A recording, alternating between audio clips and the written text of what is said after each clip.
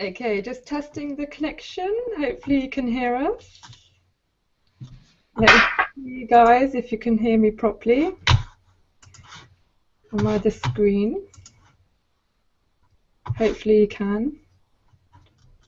There we are. Hold on. Excellent. Right, wonderful. Hi guys, welcome to the I Have a Dream show. I'm your host, Princess Fizz. Guys, I hope you had an absolutely fabulous weekend. Thank you so much for tuning in on a Monday. Guys, if you're new here, what I do is I bring on entrepreneurs from around the world, and what they do is they come and share their journey with you live on the I Have a Dream show, okay? So they open up, they share all the challenges that they face, what it actually takes to have a successful business when it comes to either online marketing or network marketing, whatever it is that you want to do. If you want to work for yourself, then there are certain things that you have to consider, right? Now, before I get into the show, I have to mention a few sponsors. So we've got Lead Pages, right? They sponsored the show, and we've got Linked University, and we've got the lovely Unique, which is the mascara I'm wearing right now. So they're the three sponsors of the show. You can check them out. But guys, take your pens and papers out. I mean, we're going to take you on an amazing journey today. If you're looking mainly for like online marketing or affiliate marketing and you want to explore what it's all about, or if you're actually in it and you're not really getting much success and you're wondering what it is that is going wrong for you, what it is that you need to know to make this work, I've got the perfect guest for you today. Now, he's actually coming in live from Vietnam, right? He's actually traveling at the moment, so he's very kindly connected to the Dream Show today. He is an internet millionaire. He's had plenty of success when it comes to online marketing and affiliate marketing, and he's built a business and a brand just by starting up at a very early age, but he's just kind of mastered it, and he's going to share some amazing strategies. But the main thing is about getting into this mindset and actually exploring what it is about entrepreneurs that make things work, right? So without further ado, I'd like to welcome a lovely Charles Ngo coming in live from Vietnam. Thank you so much, Charles, for joining the I Have a Dream show today. Thank you for having me, Princess. You're absolutely awesome, and I know, guys, there's a chat box below. Use that. welcome@ihaveadreamshow.com. Use this opportunity to ask any questions that you have. We'll be taking them as we go along. But Charles, I mean, before we kind of get into the actual, some strategies and things, I want to learn more about you. I want to learn more about your background. So I know I did a bit of exploring and digging, but you started quite young. You were about to graduate, and what happened there? Can you take us kind of back to that point? What made you explore a different avenue to normal people, what they do, go and get education, graduate, and then get into a job? Why didn't you go down that route? Sure. So basically my whole life I kind of had this plan laid out for me. So as an Asian American, the path for me was to go to school, get really good grades, get accepted to the university, and get a good salary job, which is kind of ironic because my parents are both entrepreneurs, but they wanted me to have a nice, stable corporate job. I see. And what happened was I went to Georgia Tech, and I was in the business program, and I just kind of thought to myself, I don't know, I remember going to class one day. I was in entrepreneurship class, and they said, yeah, in America, you only get 2 weeks vacation a year. That really shocked me. I didn't realize it was that little. And I kind of thought to myself, how am I supposed to explore the world and achieve everything, all the experiences I want, if I only have 2 weeks vacation a year? And at that time, I didn't really have too many friends or mentors that were into business. All my friends were trying to get to medical school or interviewing for jobs. So my only connection was books. So I would go to Barnes & Nobles and study, and I didn't really have a lot of money back then. So I would just go to the business section and read books. I read Rich Dad, Poor Dad. I read The 4-Hour Work Week. And the Rich Dad, Poor Dad, even though it's not the book I would necessarily recommend to most people, it kind of opened up my mindset as far as the rat race, where you make money, you get promoted, you get paid higher, and then what happens next is you get a nicer car, you get a nicer house, and then you get more and more debt until one day you're 60 something and your life kind of passed you by. So that scared me. And then the second book I really expected. Sorry to interrupt you, Charles. Forgive me for interrupting, okay? But Sure. I just want to know what made you think twice about it, because that's normal, you know, going to university, getting graduated, getting to a job. I mean, this is what people want, you know, they want security. 2 weeks holiday is fine, you know, they're all right with that. I mean, what made you think there's a better way? I think for me, I kind of had this chip on my shoulder in life where I had some friends who knew since they were little that they want to be doctors, and you see someone like Michael Jordan, he was destined for basketball. Right. So for me in college, I kind of felt a little upset that what was my thing in life, what's my passion in life, and when people are like, just follow your passion, I didn't have any passion. My passion was playing video games and beautiful women. You know, I didn't really have too many passions in life. Yeah. So I just, you know, my belief, I don't want to get too religious, but I'm not sure if there is an afterlife. As far as I'm concerned, it's just, I have this life. So I kind of want to explore this life as much as possible. It's about experiencing everything that life has to offer. And to do that, you do need money, and you do need time, you do need freedom. I don't want to ask someone for permission to pursue my dreams. Your awareness was very high at that time, from what I can notice. I mean, you know, you had that awareness, and you're asking the right questions at the time as well, weren't you? Yeah, I started questioning stuff, and it just seemed that my biggest misunderstanding about business at the time, and I think most people, is to start a business, you have to have this unique idea. You have to invent something, or you have to do something that the world has never seen before. And I've kind of learned over time that that's not necessarily true as far as business is concerned. Right. Because there's plenty of people that either you can bring a new idea from somewhere else and bring it to another area that doesn't have that business, or you could take someone else's business and execute it better. You don't have to reinvent the wheel. Yeah, exactly. Make the wheel roll faster. Go faster. Yeah, brilliant. I love that. Excellent. So what happened then? So these questions came in, right? You don't want to do you don't want to do what your parents are telling you to do. You're kind of rebelling from that. I mean, what about the pressure from your parents? Did they kind of put any pressure emotionally on you? Like, you need to do this? They didn't. I think there was a lot of pressure on me in high school to get into a good university, but once I got into Georgia Tech, they kind of learned to trust me and my decisions. I mean, they would nag at me a little bit, but it wasn't really a big deal. I think they kind of learned to trust me.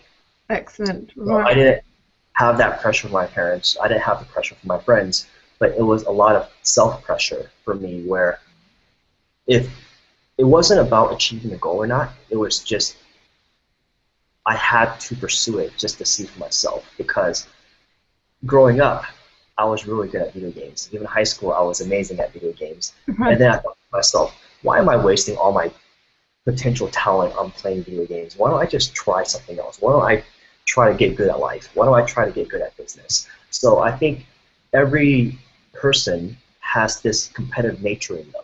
So for me, I just realized I was wasting my competitive energy on watching TV or playing video games. Why not channel that energy into something that follows my goals? Oh, that's absolutely fabulous. Guys, keep the questions coming in. I'll take them as we go along. But this is brilliant, Charles. So when you start exploring the books, I mean, emotions are high. There's a really big drive, you know, behind you. There's a lot of information to take in. How did you make sense of that information? How did you know what are the first steps to take? I think information overload and analysis paralysis are big problems. So for me, with each book, I would just write down the top 3 actions. Excellent point. Right. Right immediately after I read the books, I would write down what 3 things can I immediately implement in my life. I would also rate each book. So if a book was a high rating, I would reread the book a year later. Right. And did it make... And what happened then? So what was your first steps towards entrepreneurial? What path did you want to take? So the biggest incident that made me an entrepreneur was, I remember it clearly. It was my 22nd birthday, and at that time I was making $8 an hour at the gas station. Right. So I was on a forum. I think it was slickdeals.net or fatwallet.com. It's a coupon website. So basically, it was my birthday. I wanted a camera. I wanted to buy a camera for myself, and I saw this $400 camera on sale for $150. Like, Right. it was price matching, coupons. I had to do a lot of stuff to get a $400 camera for $150. Right. So I actually went to Staples and I did it. I got this camera I wanted for $150. And then something snapped inside of me where I was like, wait a minute, how much can I sell this for? Excellent. I went on eBay and I saw that I could sell this camera for $350. And the shipping was maybe $10, and then I increased the shipping to like $40 shipping. So each one I was paying $150. Each one I made roughly, I sold it, and I made roughly $300 profit for maybe 30 minutes of work. And then I thought to myself, wow, that's more than I make like in a month of working at the gas station. Yeah. I took my credit card, I went around town to every single Staples work. That was when I realized to myself, I wanted to make money on the internet. So for the next few months, that's what I did. I would just go on the forums, find items that were heavily discounted, and I would resell it on either Craigslist or eBay. Excellent. And you didn't have to do the the handling of the stock or anything. It was drop ship. This is called drop shipping, isn't it? It actually wasn't drop shipping. So drop shipping is drop shipping is when the items are from China or another merchant ships it for you. What this was I would find the items locally around me that were on heavy discount. I see. I see. I would buy them. So they were actually in my dorm room. And this actually taught me a lot about business because I had Excel sheets, so it kind of taught me basic accounting. I had my roommate help pack the stuff and ship it out. I was paying him like $5 or $10 for a few minutes of work to actually ship it out. So that was like my first taste of hiring employees. And the eBay listings, that was when I started doing a little copywriting, a little sales letter. I was making the camera sound nicer than it really was. So even though this business was relatively small time, it gave me my first exposure of all aspects of entrepreneurship. Yes. And from that, eventually after a few months, so I made I think about 20,000 profit in about 4 or 5 months of work. And I was in college at the time. Keep in mind, I was only making $8 an hour before I quit. So one day, I can't remember what happened, but I got banned from eBay and I got banned from PayPal.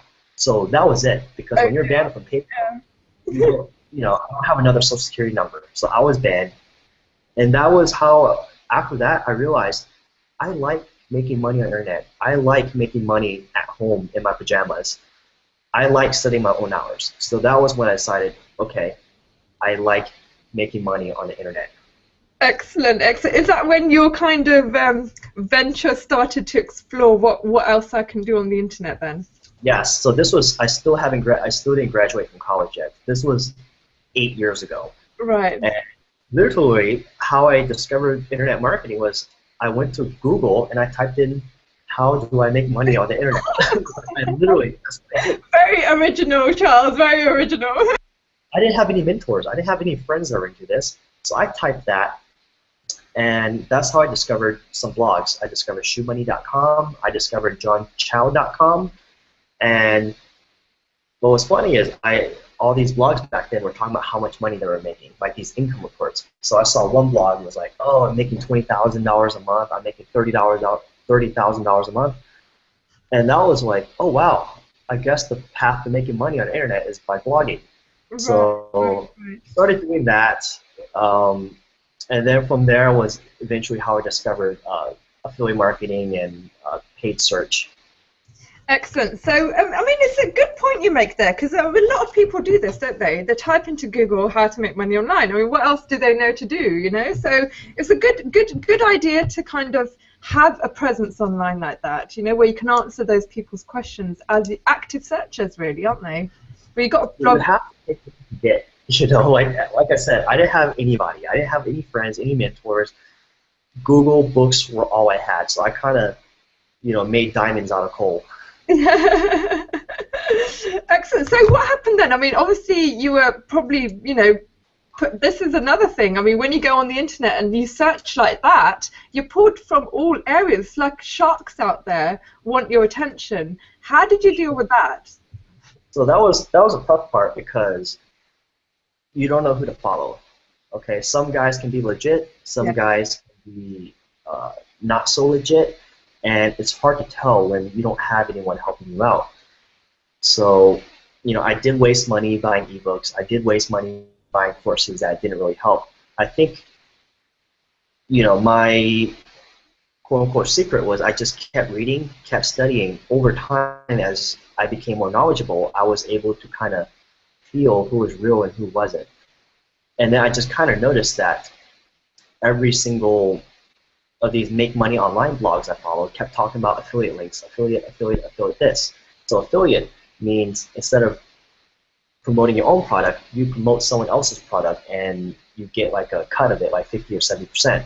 So that was kind of how I discovered affiliate marketing. And from there, once I got more experience, I was able to tell what was real or who the real deal was. But I mean, it wasn't easy in the beginning. You have to be persistent. Excellent, excellent point there, Charles. And we've got a question coming in related to what you're saying, if you don't mind me taking as we go along. It's Jennifer. Thank you, Jennifer, for tuning into the Dream Show. She's asking, what did Charles see on a blog that attracted him?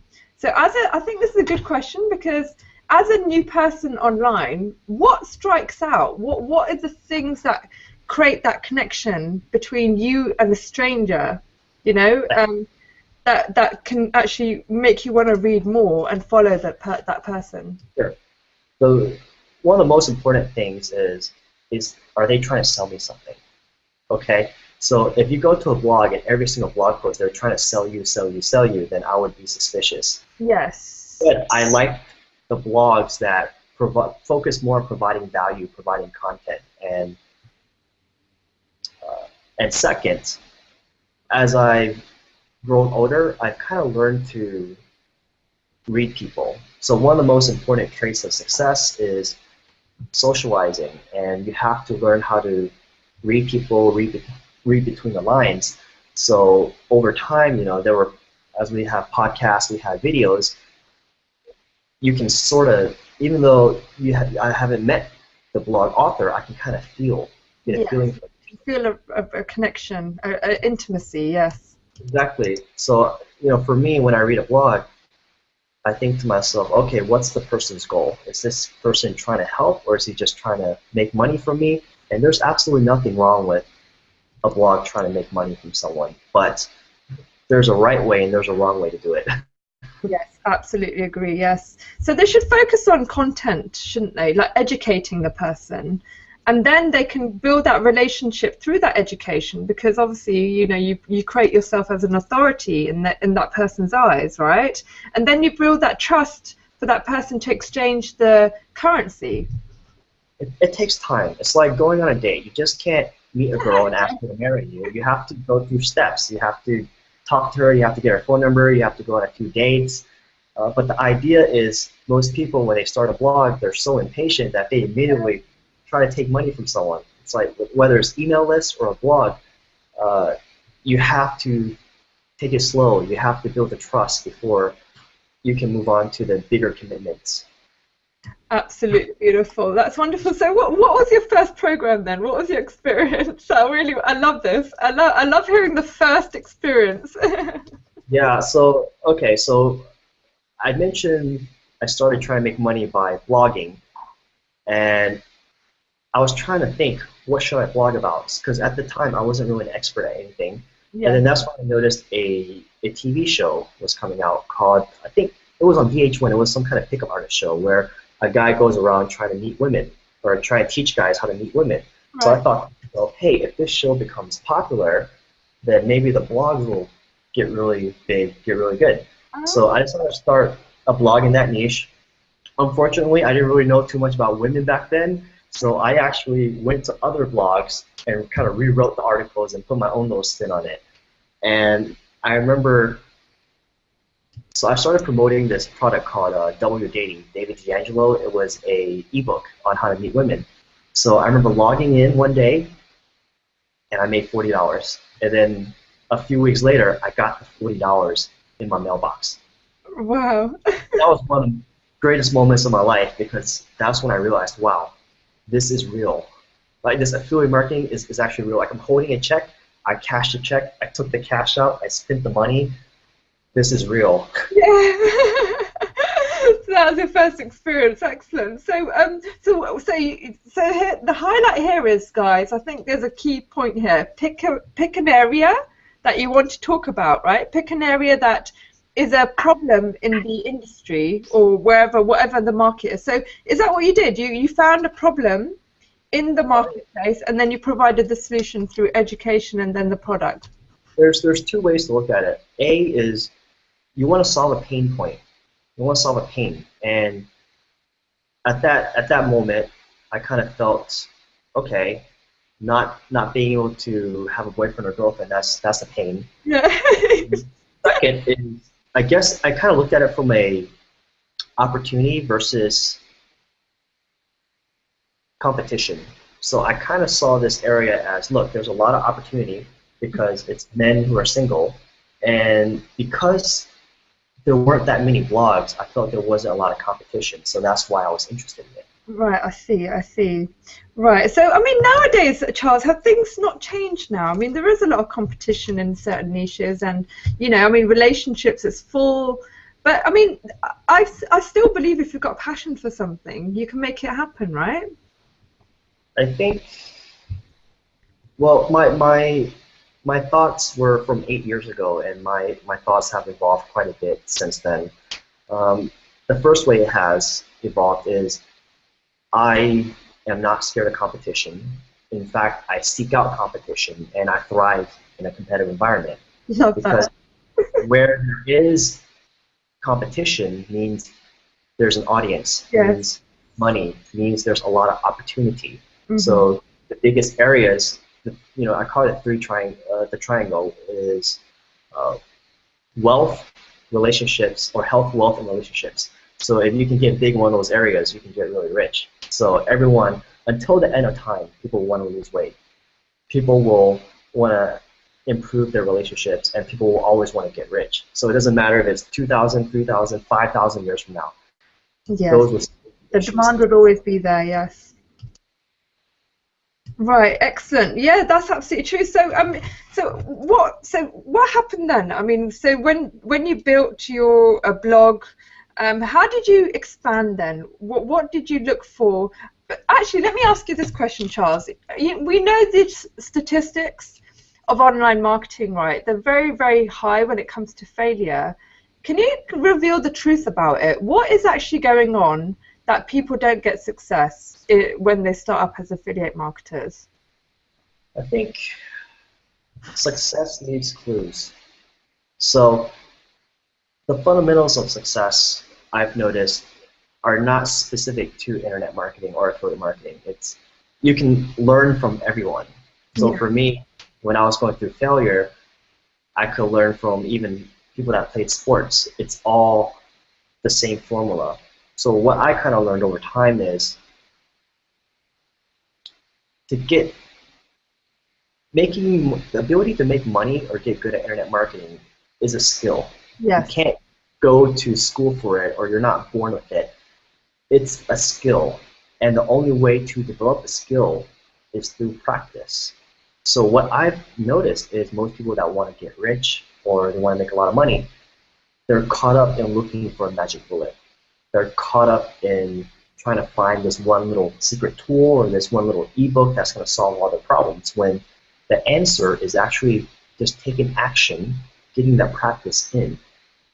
For instance, there are plenty of books on chess. There are plenty of books on poker. But you're not able to fully understand the books unless you actually play Yes. and get experience. And I feel a lot of people want the rewards, but they're too scared of the pain because each failure has a little pain with it. Okay, you launch a business, you can lose money. You launch a business, you can fail, and with the failure, maybe others will look down on you. But I think a lot of that is how you frame it, how you view it. Okay, so for me, I view failure as part of success. You can't have success without failure. And second, I've kind of learned to not really care about what others think. So first of all, when all these business activities I did, I didn't tell anyone. I didn't tell anyone because I didn't want anyone discouraging me or making fun of me, for instance. I mean, if you have a good social circle or a good support structure, people that will support you, then you can tell them. But for me, I didn't really have too many positive people that I was around, so I decided to kind of keep it away from them. And my support system came from forums, came from books, or came from myself. Right, got it. It was kind of interesting where I didn't really have a mentor or a coach, so I kind of forced myself to be my own mentor, where the hardest part of being successful is being able to call yourself out on your own. Discipline, the hardest to discipline yourself when you haven't got someone to be accountable to, right?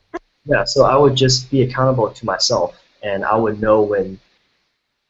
It's really easy to rationalize. Like, okay, I'm tired. I'm not going to go to the gym. But discipline means you can recognize that your story is false. Yes. And you go to the gym. So it's all about being self-aware. I love that. Absolutely fabulous. And the point you mentioned about the chess, Charles, is so crucial. I have to repeat this because it's so true. Once you actually start playing the game and making the mistakes and losing from your opponents, how do you know what to avoid and what not to? You know, how do you know the next move and the strategy that you have to use? And you have to stay in the game to know what to do next, right? So I love that example that you gave. So Charles, what happened after that? So when tell me a couple of, I've got a couple of questions coming in. Anna, I'm going to mention you. Thank you, Anna, for asking this. Some challenges that Charles faced on his journey as an internet marketer. So tell me, what was the worst kind of experience that you had? Well, I had quite a few. I think one of them was perhaps living frugally. Right. So, I graduated college, and I got a job because I wasn't successful yet, so I had to get a job to support myself. And it was kind of tough because I looked around at all my friends, and here they were living a pretty nice life. They had their own apartments, they had brand new BMWs, they were eating out a lot, they were partying on the weekends. And for me, I made okay money, but I knew I needed to save money, live frugally, so that I could use that money to invest in my internet business and my internet dreams. Right. So it was tough because that meant if there was a party on the weekend, I couldn't go because that would mean I have to pay for parking, pay for drinks, pay for a table or something. It meant instead of eating out a lot, I had to stay home and cook. It meant I had to get coupons from the newspaper to save money on my groceries. Yes. It was really, really tough because I could have taken the easy way out of just financing my lifestyle on a credit card or whatever. And I remember one day, the car my parents bought me, a 1995 Acura Legend, and literally I drove it until it broke down on the side of the road. It was like 250,000 miles. It literally broke down. And I went to the car dealership. And because I made okay money, stable salary, the car salesman was trying to get me to buy a brand new BMW 3 Series. So that was about $40,000. My budget was $10,000. Okay? Right. This guy ran my credit. He said the bank approved me for a $40,000 car. Oh, okay.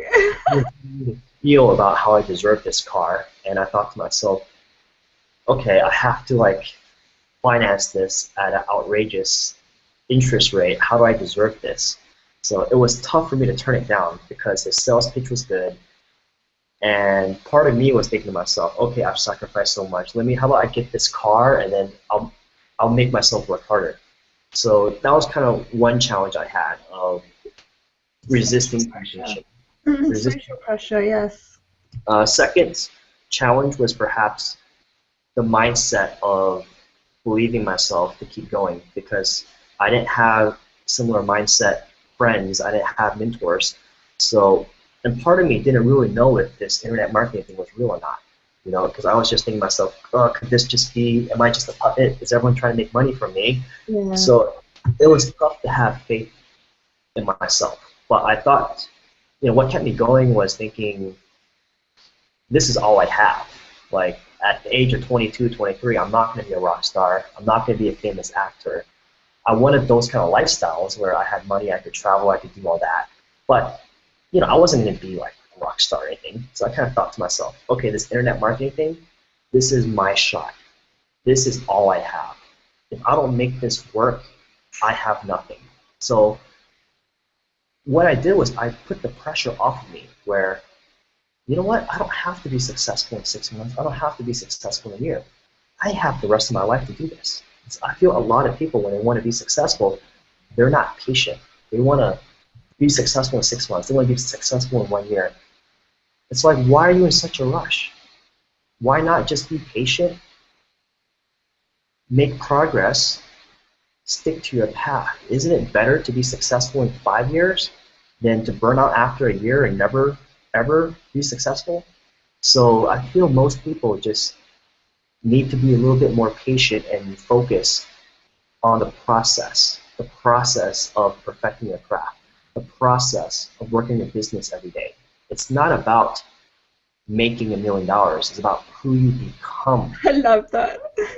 Do you know what? That is just absolutely magical, Charles. The magic is in the journey, isn't it? It really is. I mean, it's about these decisions that you have to make. Just to, as you highlighted, I mean, Mark Alpine, thank you so much for joining the show. He's going crazy saying that I totally relate to what Charles is saying. It's about the social pressure of keeping up with your fellow affiliate partners. So, you know, you join at the same time, one affiliate partner might be doing really well and you're not, and then your community kind of thinks, you know, why are you not having success? And then you've got bills to pay, and then reality is showing that you're not having success, but that loses people's patience, doesn't it? They want it quick, then they lose focus and then they give up. So I think it's remarkable what you've actually just highlighted. So as an advice, Charles, I know it's a good idea to think long term because the small sacrifices that you make today will help you in the long run. But to shorten the learning curve as much as possible, is it a good idea to get a mentor on board to help you? Absolutely. Absolutely. Is that what you would have done if you went back?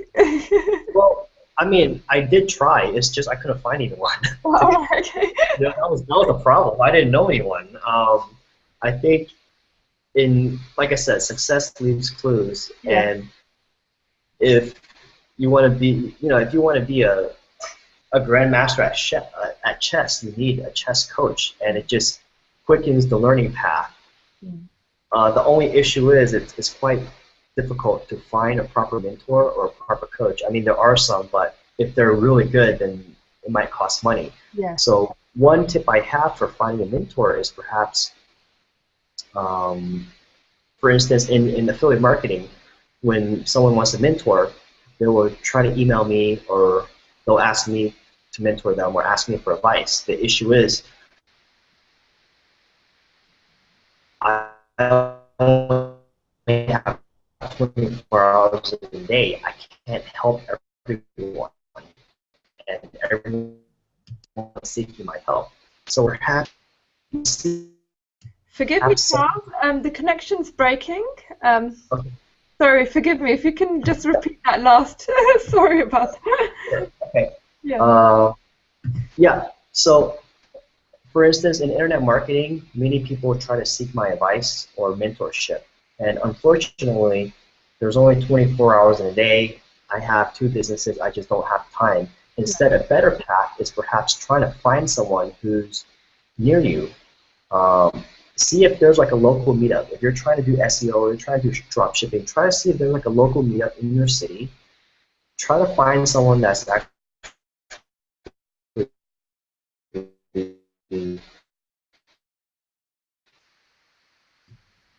Forgive me. knowledgeable. And here's what people don't realize. What's in it for them to mentor you and teach you? Hello? Hello? Hello? Yeah, sorry, Charles. I think we're having a Hello? bit of a connection. It's just breaking up. Oh, Yeah. I think it's a connection. Okay, so what part did you get any of We my found, last? about finding someone local. Yeah, so you find someone local, and here's what people have to realize. What's in it for them? Why would someone help you? Is it just out of the goodness of their heart? So that's where it pays to have good social awareness. One example is, okay, you found an expert. How about you take them out to coffee? How about you take them to dinner, take them to lunch, and just say, hey, I admire you. I'm new. I'm trying to start off. Do you mind if I take you out to dinner? I know this great steak spot. I'll cover everything. Just to thank you for a little bit of your time. And something else is perhaps you got to be a go-getter. How hungry are you? If you're really an expert, how can you provide value to them? How can you help them? Can you run some errands for them? Can you do a little bit of work for them? But you have to realize nothing is free in life. Yes. You have to, if people just kind of, some people feel a little entitled, but you have to think someone's time, knowledge is extremely valuable. Yes. What can you offer them? That's a brilliant point. I love that point you make, because people always make excuses that they don't have the money to pay or whatever, but there's so many other assets that you can offer to the person to build that kind of currency in a way that you can do something for the person, and then in return they can do something that they don't feel obliged, that they have to give the mentoring, because people do kind of feel that they deserve it, which is wrong. That's really good you touched on that, Charles. So how do you manage this now? I mean, the moment when it all opened up for you, when success started to show, were you already expecting it? Because there is a kind of phase you go through as an entrepreneur, when you get that belief really strong and you start visualizing it, it's when it happens, it's like deja vu. It doesn't become a big deal. Did you kind of experience that? What happened was, so I just want to make something very clear to the audience that I didn't reach my first success from a dating blog, so that was just kind of like just something I was messing around with as a beginner, and then eventually I quit that and started something completely different with affiliate marketing. So I just don't want anyone thinking like I'm a millionaire from being like a dating expert or a dating coach. I have a girlfriend in the other room right now, so I just want to make that clear. So as far as the whole success thing, I think I was working 8-9 hours a day. It's kind of funny. I would work 7 in the morning to 5, go home, take a 2-hour break, and then I would work my second shift at home on my second business. That would be 7 to 1 in the morning. Wow. So that would be my internet marketing. And the whole success thing, when it hit, I didn't realize it for months, because I didn't view the money as money. I viewed it as a video game score. So I was just trying to beat this video game. So, because a lot of my business, you have to spend money to make money, and sometimes you lose money. So I did my best to unattach myself emotionally from the money. And I was just so in the zone that it really didn't hit me that I was successful. Like, it took me months to realize it. Right, because I was just so in the zone. I was just launching campaigns. I was just working on my websites, that as the money came, I just saw them as a score. I didn't really tie it that, okay, holy crap, this is like $5,000. I can buy this much stuff with it. Yes. So like I said, I was just kind of living in my own world, where I was just going to work, and making money. And even though I was making money, good money, like 10,000 a month. Charles, forgive me, you know, for bringing you back as, but yeah, we're talking about what were we talking about, Charles? We're talking about the mindset behind it all, you know, when it comes to success. So how people should actually see the business as, right? Yep. Okay. So I can't remember what I was talking about. I know, it's gone blank. So we're talking about how to see this, because it came after a while for you, didn't it? So so when you actually started seeing the results come in, Yeah. what was your attitude like towards it? I mean, were you overwhelmed? How did you handle it, or did the process kind of make you into a person to receive it? So it naturally happens. Does that make sense? Yeah, I think when it happened, I didn't quite celebrate. In fact, I got a little scared because I didn't know if this money would last. So I didn't celebrate with like a steak dinner. I didn't go buy a new car. In fact, the money just went back into reinvesting in my business, and it also went towards paying off some credit card debt and stuff. So I kind of realized that I needed to stay grounded. I needed to stay humble. My goal wasn't to celebrate. My goal was to spend my time and energy to take the business to the next level. So I think as far as the predestiny or the business success, I knew it was going to happen. There was no doubt in my mind whether or not it would happen. Yes. It was just when. So like I said, I took a lot of pressure off myself when I stopped with a deadline. I told myself, okay, I'm only 23. If I keep doing this, I'm only going to improve. Like, if I play basketball every day for 7 years, I'm going to get a lot better. So that's kind of the view I took things. That's really amazing. I think there's a lot going on behind that, what you just said, because I think when you remove yourself and your ego, would I say, out of the way, you move it out of the way, it just kind of naturally flows then, doesn't it? The energy flows, and you don't resist any challenges that come. You just accept them and go through the process as you free yourself, right? You free yourself. It's about how you view failure. So like I said earlier, failures are part of the process, and for me, here's what I notice about unsuccessful people. They view failure as them being inadequate. They view failure as a blow to their self-esteem. They view failure as they're not good enough. Whereas for me, I failed. Okay, well, I didn't really fail because I learned something from it, and I'm making progress. And it's like you play basketball and you missed the final shot. Does that mean you suck? No, it just meant you missed the final shot. Simple as that. You'll get it. You improve. You'll get it next time. So when I fail at anything in life, I don't view it as a reflection on who I am. Okay. For instance, going back to chess, I don't play chess. Okay. Like I've probably played 5 games in my life, and if I played 100 games tomorrow, I'll probably lose all of them. I'm not gonna think, oh my God, I suck. I'm stupid. I'm an idiot. No, I'm just going to think of it as, okay, I don't play chess, I don't have any experience, but I know if I keep practicing, I'll improve. So that's kind of my mindset on literally everything in life. Everything in life is a skill set. Whereas in high school, I didn't have many friends. I wasn't a very social person in high school. But then I thought to myself, oh, it's because I'm an introvert. That's who I am. I'm just not good at talking to people. I'm not good at social skills. And I certainly cannot speak in public. It's not who I am. And then over time, in college, I opened up my shell. I made a lot of friends. I joined different clubs. I started speaking more.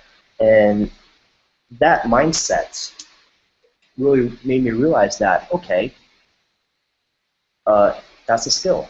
And I think the biggest part of my past that really affected my mindset was when I graduated high school, I only weighed 115 pounds.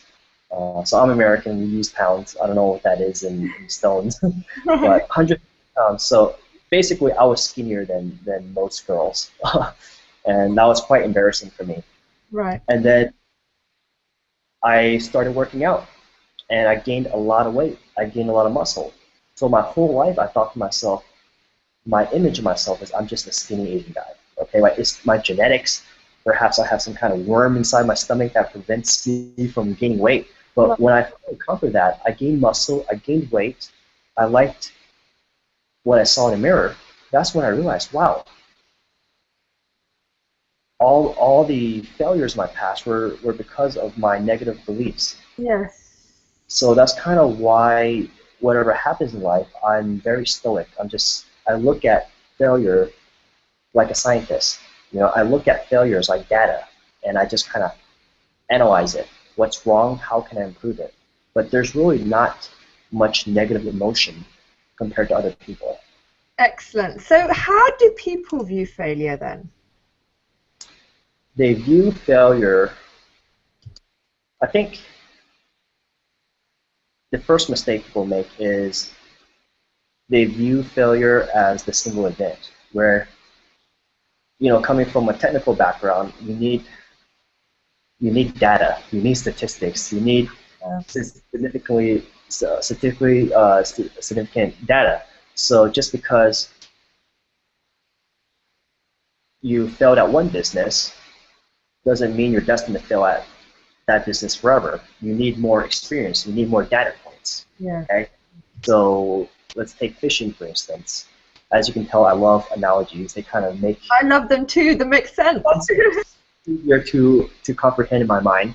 So I go fishing on a Friday afternoon. I don't catch any fish. So people will think, oh crap, I'm a horrible fisherman, or they make up whatever excuses, when instead I would fish every day for like 2 weeks, and then I can make a better inference because I have more data. So that's probably the mistake most people make, where they fail one time and then they give up. Whereas for me, I try multiple times so I can collect more data.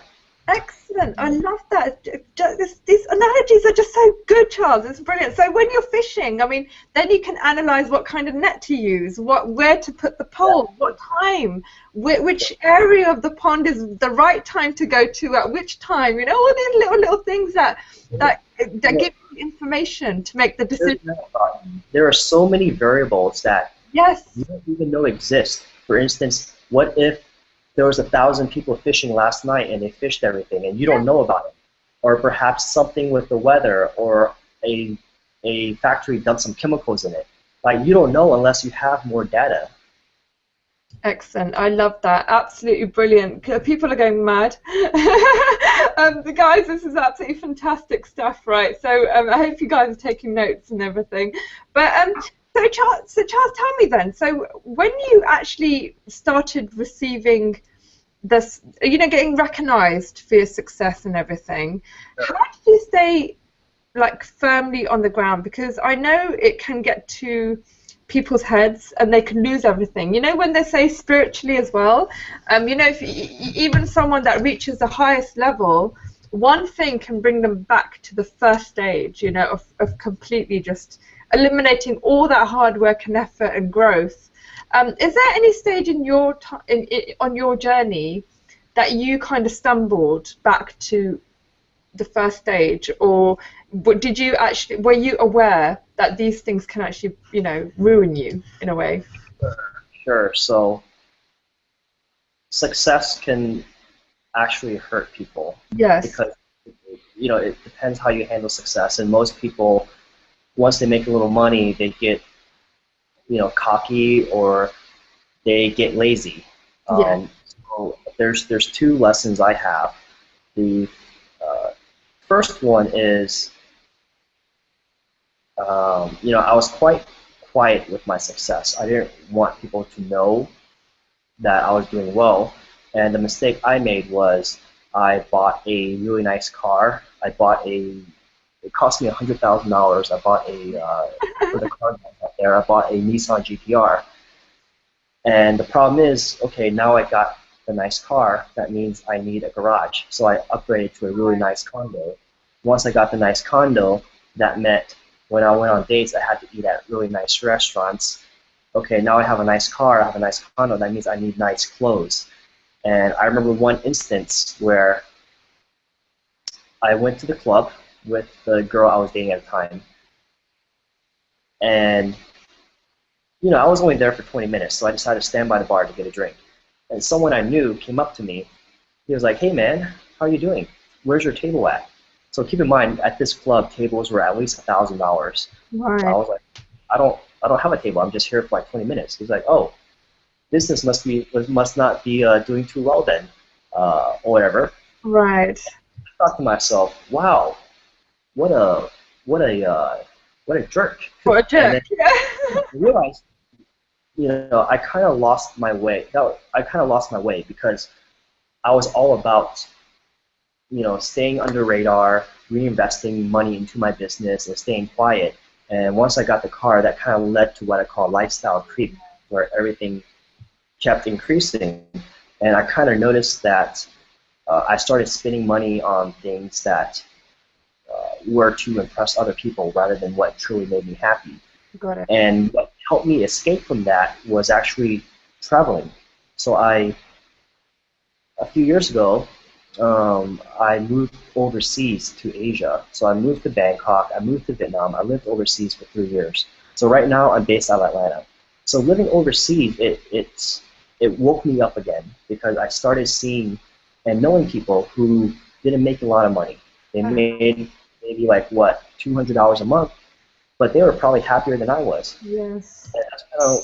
And I was walking around wearing like cheap clothes. No one knew who I was. No one cared. It was just, am I cool enough? Like, am I a good person? Am I fun to be around?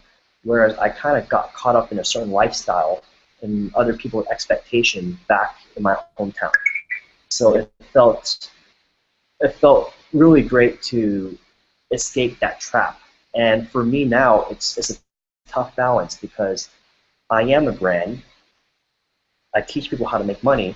So the paradox is, on one hand, to get attention, to get people to really follow you, they love flash. They love nice cars. They love nice vacations and stuff. On the other hand, I try to live a more grounded life. So that's something I'm kind of struggling with.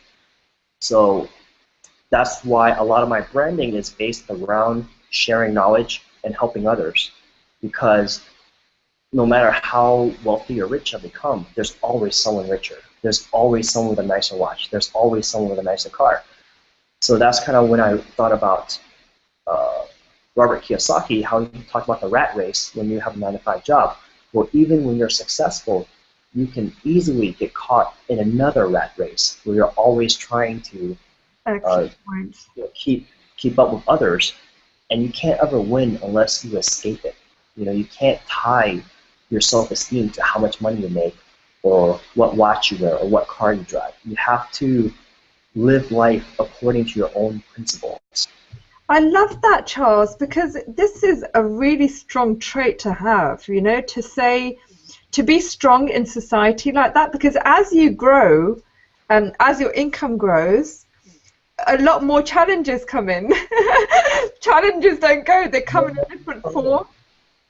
They come in a different form, and they really do test you, don't they? They test you for who you really are, and it's very easy, you're so right, to fall into a trap, because your morals and your principles and your the way you see the world is really being tested at that point. So how did you know that's not the trap that you want to get into? Where does the awareness increase? Is it because of traveling and meeting other people then? Expanding your circle? I think when you start having money and you start flashing a little bit, you start attracting the wrong type of friends. Yes. So that's something I kind of noticed, where you start kind of dating the wrong kind of girls, you start making the wrong kind of friends.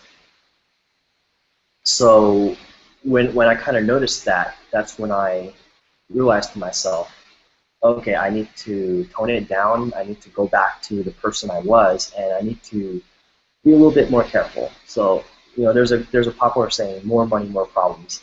So you have to realize that when you do have money, it's an entirely different set of problems that you have now. Yes. And they don't teach you how to deal with this in school. Your parents don't teach you. It's something you kind of have to go through yourself. That's absolutely wonderful. Excellent. Well, guys, I'm going to take a few questions just near the. I'm just going to explore Charles a little bit. Charles, are you okay for time? I know we've gone over the hour now, but yeah, I'm going to take a few minutes. But I'm fine. Wonderful, wonderful. So tell me, Charles, then, I mean, where does true happiness really lie then? I mean, you've got the material wealth, you've experienced like the fast cars and the houses and eating out and doing whatever, but where does the real happiness really lie? I think, well, I can only answer for myself because everyone has their own version of what makes them happy. For me, one of the biggest drives in life that makes me happy is progress. So there's the person I am now, and there's what I call my ideal self. Got it. If I was perfect in my own version, what would I look like? What would I do? So I had to do some visualizations a few years ago about what would I do if I was the perfect version of me. So I realized, okay, I would travel, I would do a lot of charity work, I would help others succeed. So happiness for me is closing that gap between who I am today and who I truly want to be. It's about making progress.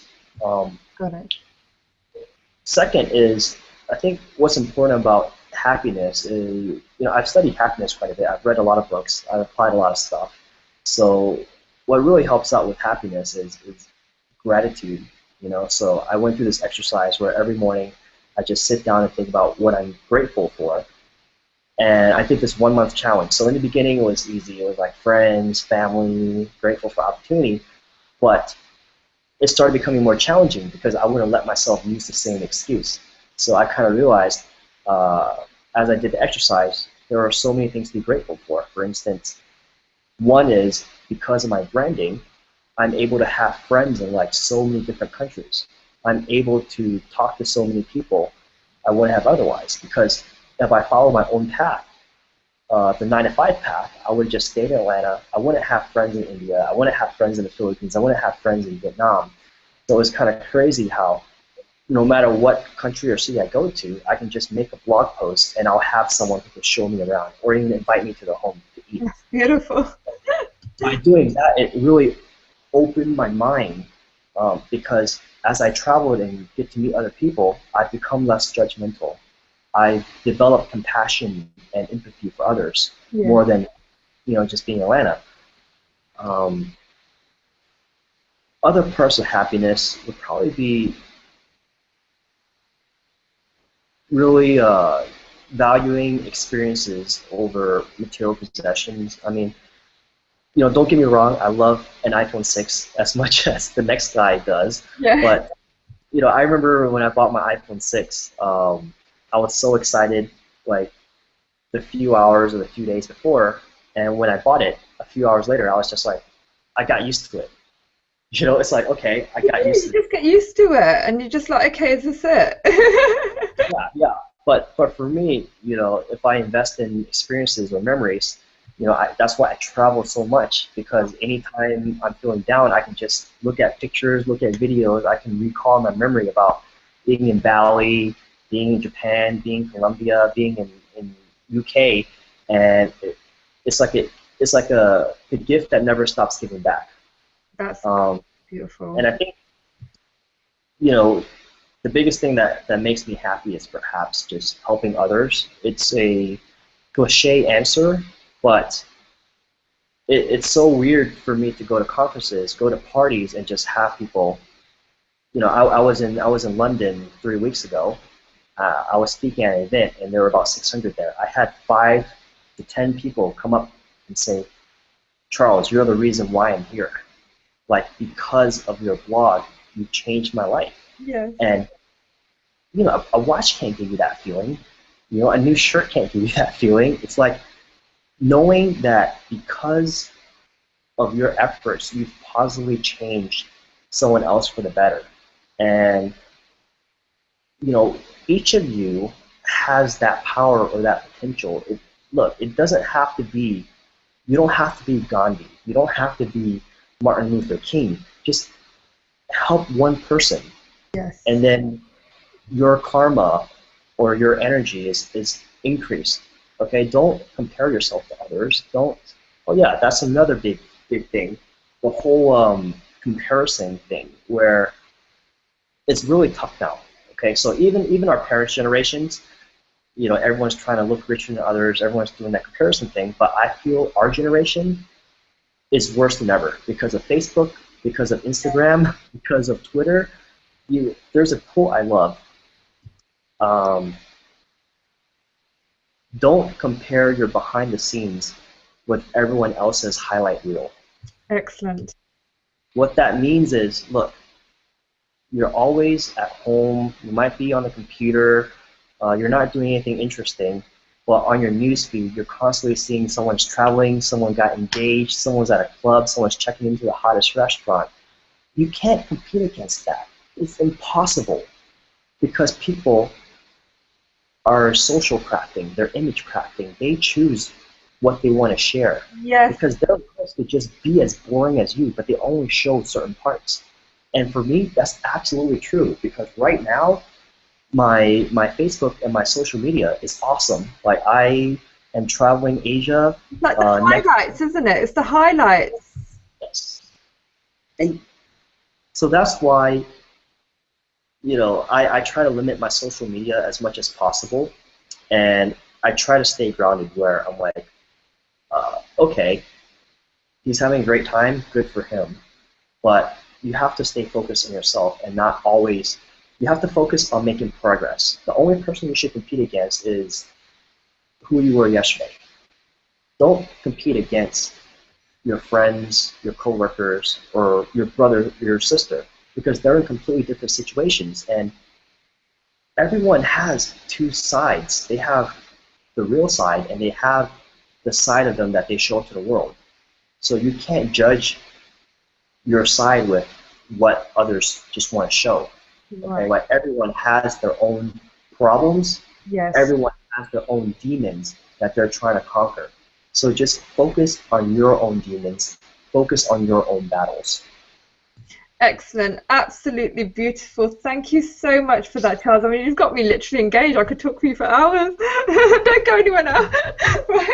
Right. So Charles, tell me something. Right, tell me something. Okay. So people that are in jobs. Okay, people in jobs. You know, I feel it's great if they want to do the job and they're happy. I think it's perfectly fine. But the thing is, what troubles me is that, you know, when people are worried about income, it stops them from finding who they really are. They become hardened in a way that the exploring stops. You know, they can hear, but they've got ears, but they can't hear. You know, they've got eyes, but they can't see because they've become numb. You know, that the pressure of making money, it just makes people numb. There's no growth happening.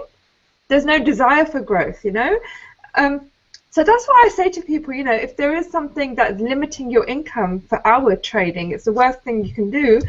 Try starting a business where you can actually free yourself from the money worries, so you can actually explore who you really are and actually find out what your purpose is in this world, you know. So this is what I encourage people to do. On your journey, how important is that? You know, when the money worry kind of got out the way, did you feel that it freed you up to discover who you really are and what your purpose is? Yeah, I mean, that's the tough part because we all have obligations. You know, especially if you have a family, you have young ones, it might not be as easy for you just, you know, compared to like a single guy just to do what you want. Yes. So that's why I encourage people to, well, first off, you have to sacrifice, okay? Like, we're all in different situations, but you can't complain that you don't have time for business if you're watching TV 2 hours a day and you're surfing Facebook 2 hours a day. That's 4 hours, okay? Second is you have to make the best of your situation. What I mean by that is you have a 9-to-5 job, you're making a certain amount of money a year, you're at that job 8 hours a day anyways. Why not put your best effort in? Excellent. That's something that really bothers me about some people, where they feel entitled. They think they're too good for the job, or the job is beneath them. Yes. If someone is paying you a wage and you're agreeing to it, it's your duty to provide the best effort to your ability. It doesn't matter if you're a dishwasher. You know, if I was a dishwasher, I would be the best dishwasher in the world. Excellent. Because I view everything, how you do one thing is how you do everything in life. Okay, so for instance, when I wash dishes, I don't think about email. I don't think about my business. I only think about dishes, and I put 100% effort into washing dishes, because how you do one thing is how you do everything. And you can't, you know, I'm not gonna. There are 2 interns, and one intern just thinks he's too smart or too good for his job. He's not gonna get promoted. You're gonna promote the person who gets to Starbucks as best as possible, who writes your email as best as possible. Got it. So, you know, whatever situation you have right now, make the best of it. That way, perhaps you can get a raise, okay? And then you can, for the same amount of hours, you can make more money. And then that kind of means with more money, you have more opportunity. But yeah, I think, look, it's not easy. You have to make sacrifices to get what you want in life.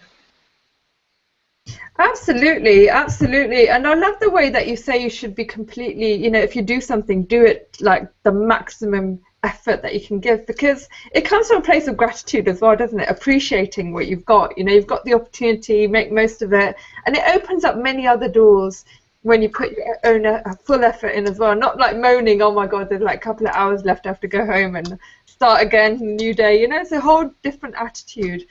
But the attitude will bleed over into everything. Like when you start your own business, you're going to have that same attitude where it's 5 o'clock, you want to go home.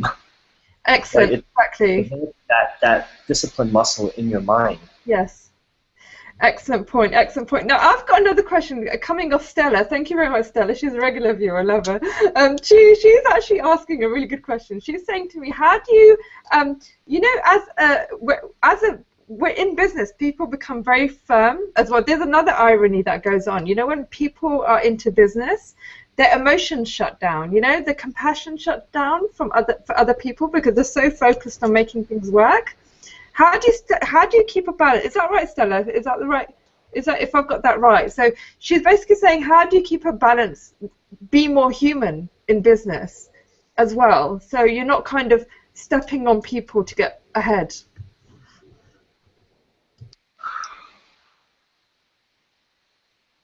So I guess it's that balance of being competitive, yet still like remain with your principles and being a good person. Yes. Like that balance, right?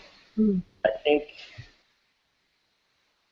it's important to have your own code of ethics and your own principles, and you actually have to write it down, because sometimes you can cross the gray line. Yes. So it's really important to just sit down and figure out what are your limits. Like, if you're not for instance, if you don't lie, then you just have to realize that's one of your principles and not cross that line. And I think for me, it's never really been an issue, because my principle is the more I help others, the more success I get. It's kind of the law of reciprocation, where, you know, yeah, some people can get ahead by stepping on others, but I kind of see that it all fights back. You know, like the way karma works. And it all catches up to you. You might get ahead temporarily, but in the long run, yes, it can actually hurt you.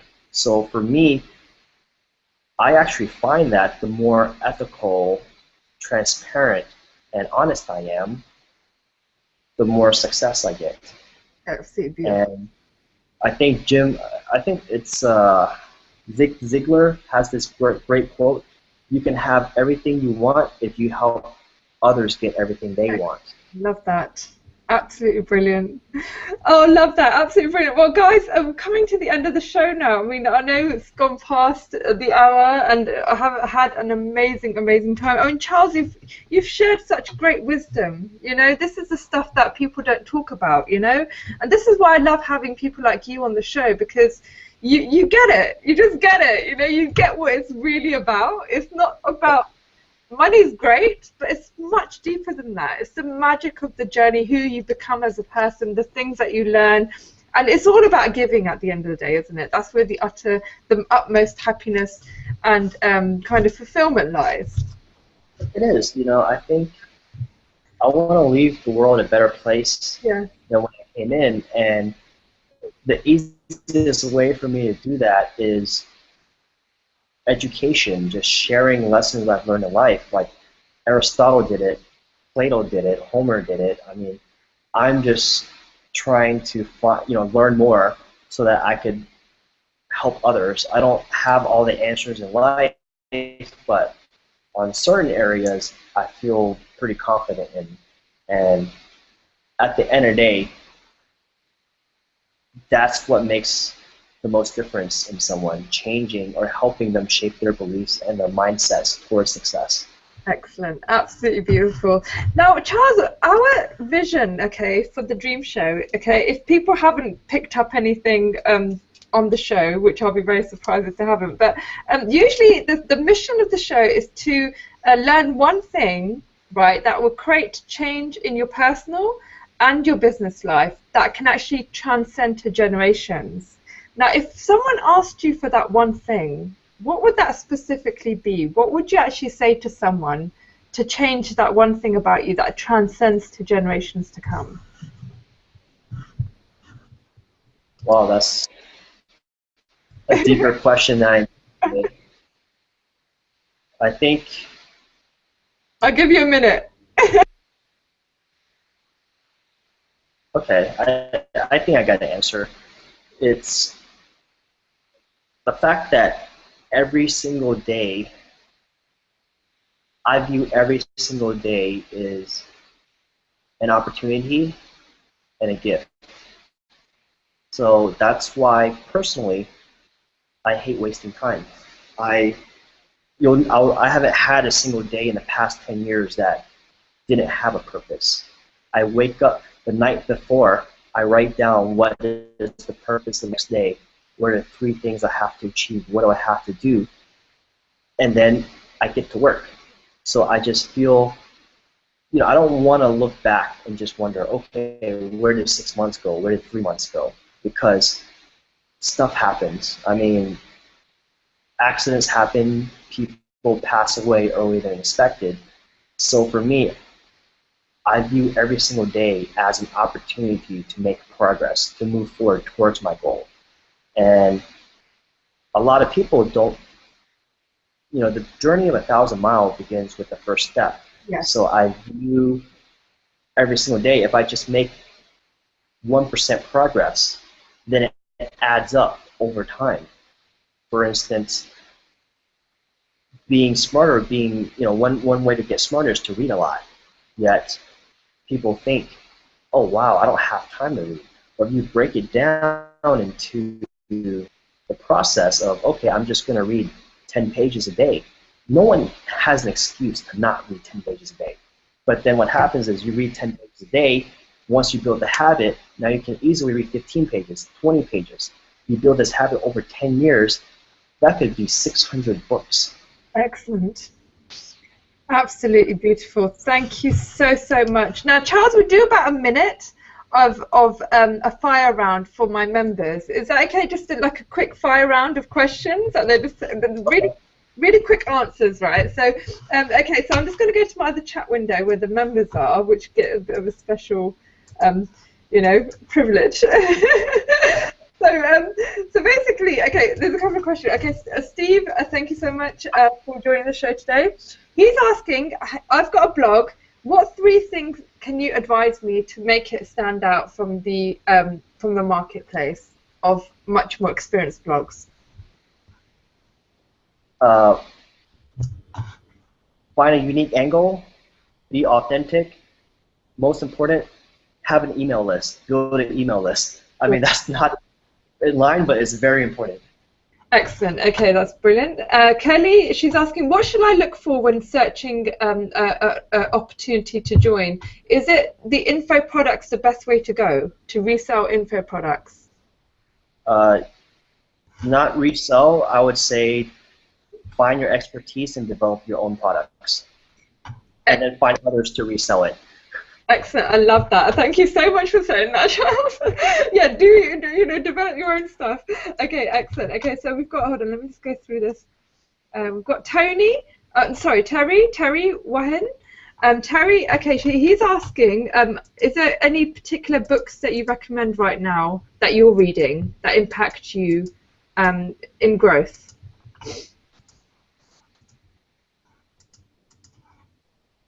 Oh my God, my brain's like melting right now because that's, oh my God, I can't think. It's like, okay, try this. Try reading The Compound Effect. It's a very good book. The Compound Effect. Right, excellent. Okay, there we are.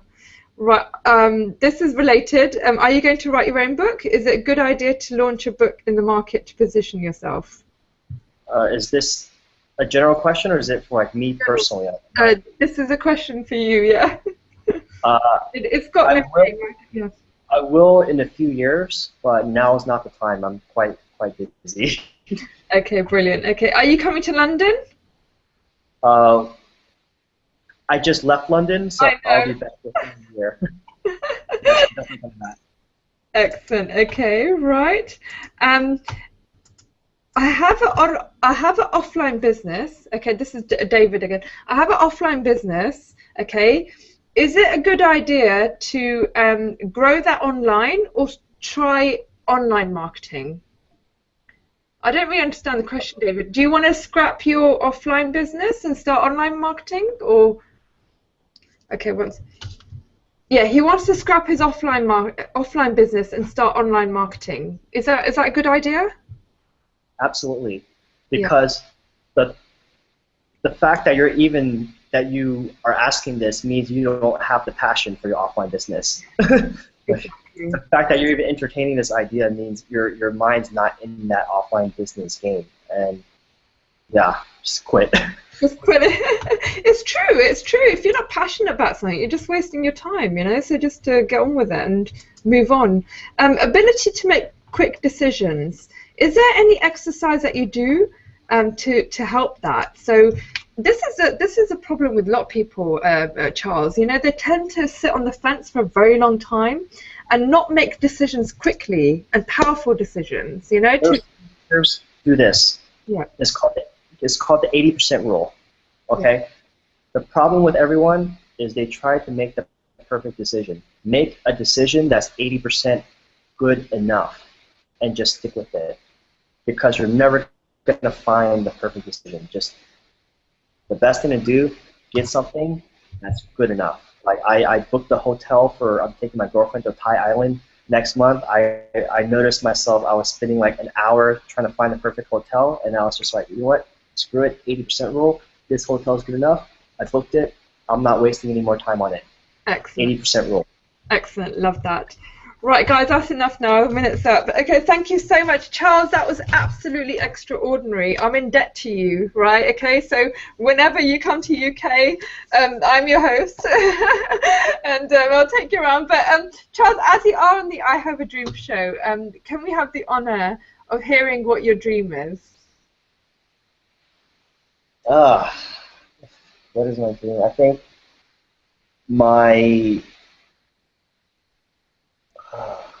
think my dream is to raise some kids that I'm proud of. You know, I'm just gonna keep it simple. But I think, you know, within a few years, I definitely want to have some kids, and I want to pass this knowledge onto them so that they can evolve it and make it better than I have, and take it to the next level so they can help others. So I think, you know, because of my success, one of my fears is I don't want to raise ungrateful and spoiled kids. So something I've been thinking about quite a bit is how can I give them as much advantage in life as possible, yet keep them grounded, keep them humble, make sure they have a strong work ethic. So that's one of my dreams. I mean, that's not my only dream, but you know, you put me on the spot, and that's the one that's popping in my mind right now. That's absolutely beautiful. I mean, that came from the heart, so I could tell that it was just an instant, natural kind of answer to that. So that's amazing. I mean, Charles, you know, with children, I mean, it's a tough one, isn't it? When you're successful, how do you get them to work hard, you know, and learn those challenges that they need to face? I mean, it's so easy as a parent to kind of give it to them without them working for it, but it's really important for them to understand it takes hard work to achieve something, right? I mean, I'm not a parent yet. I won't be anytime soon, but I think, you know, me and my friends have discussed it quite a bit, and for me, something that is important perhaps is travel, where, Yes. you know, if I take them to certain places and they realize that, you know, not everyone has such a nice life, Yes. and second is to perhaps from a young age make work a part of their life. So that kind of means, you know, as a kid, they have to wash dishes. They're not going to get an allowance, because an allowance means they're getting paid for a job. Yes. No, you do it because everyone has a role in the family. My role is to make money and take care of you guys. Your role is to do my laundry and you know, wash stuff. And also, once they're a certain age, you know, I'm not just going to give them a car. Yes. You know, instead, what I want to do is, okay, they have to get a job. They have to earn money for the car. I can, you know, if they save 5,000, I can match the 5,000. But then they're not going to take the car for granted. It's theirs, so they're going to take care of it. Yeah. So for me, it boils down to A, making sure they understand where they're coming from and what advantages they have, and B, instilling that work ethic in them from a young age. And you know, that means doing chores, and that also means you know, outside of school, you know, maybe this is very Asian to me, but you know, piano lessons and all those different piano lessons, sports, because I believe, you know, I didn't have those opportunities as a kid because my parents were always working. Right? I want to do karate, I want to do piano, but because my parents were always working, I never had those opportunities. But what that does, it's, you know, if you have your kids do that, it lets them know that practice makes perfect, okay? And they start developing some discipline, some work ethic. And I kind of had to learn all that at a much later age. But if they start learning that young, it really helps. That's absolutely beautiful. Wow, wow, wow, wow. I mean, I don't want this conversation to end, to be honest, but it's amazing. Honestly, this is you're my kind of guy, you know, person in that way, Charles, because these are the real kind of nuggets, you know. This is what it's really about, you know. So I love that. So, guys, thank you so much for tuning in. We're coming to the end of the show now. You stayed on here. Thank you so much. I mean, it's awesome that you've listened to us, you've listened to our conversations. So many great wisdom that's been shared on the show today. Make sure that you watch the show again. Guys, keep dreaming big, and you know, take daily action, follow your passion, and serve people, and success just follows that, guys. Just take your mind away from achieving that success, or you know, the material gain. Just kind of focus on educating yourself, you know, and providing value into the market. How can you help someone else? And I promise you, success will follow that. Just serve, right? And dream big, so I can bring you onto the show one day and share your journey with the audience as well, to the world, in a very, very unique way, like I do. And stay connected. Follow me on Facebook, and make sure you check out Charles' website. It's amazing. There's a link below where you can actually, you know, have a look at all the resources that Charles very, very kindly put together, as serving as well, as a leader he is. And there's also a competition, guys. So if you leave me a testimonial, what you actually learnt on the show, you get into a competition where you can win $500, and I get to know what you learned from the show as well. So that's brilliant. Thank you so much, Charles. You've been absolutely awesome. I'd love to have you back and again share your next venture and your next set of experience. Again on future Dream Show. Thank you so much. Yeah, absolutely. So that gave me some pressure to keep growing. Yeah, absolutely. There you go. Guys, thank you so much and have an absolutely fabulous day. Keep your eyes on the email, and I'll update you with the replay and for the future show as well. Thank you so much. Take care. Have a fabulous day. Bye-bye.